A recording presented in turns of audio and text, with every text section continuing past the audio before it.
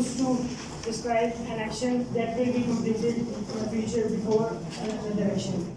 Use number 1, when describing an action that will be completed before another action or point or thing in the future. Like we can say we will have taken 12 sessions of approximation of formation before this semester ends.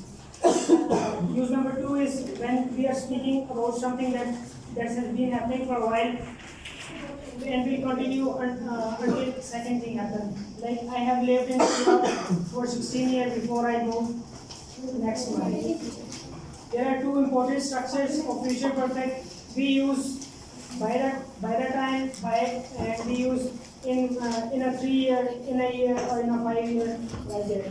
The formula, the structure is we use subject plus will have or shall have plus third form of verb plus object. In negative sentences, we use not, and for interrogative sentences, we use will and have in the start of sentence.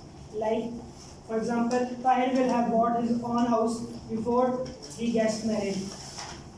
The negative form will be Tahir will not have bought his own house before he gets married.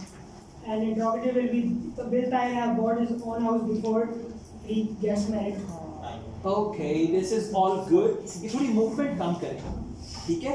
तो कोई step आप लगा रहे हैं ना जो उसको थोड़ा सा कंट्रोल करें. But overall it's good. And look at me now.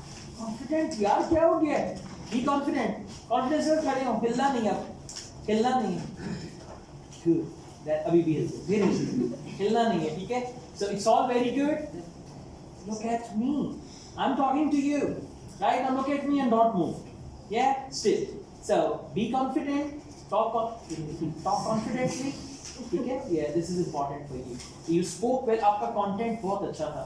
Delivery पे थोड़ा सा और focus करो. ठीक है? It will be fine. Don't worry. Good job. Next one, please. From here.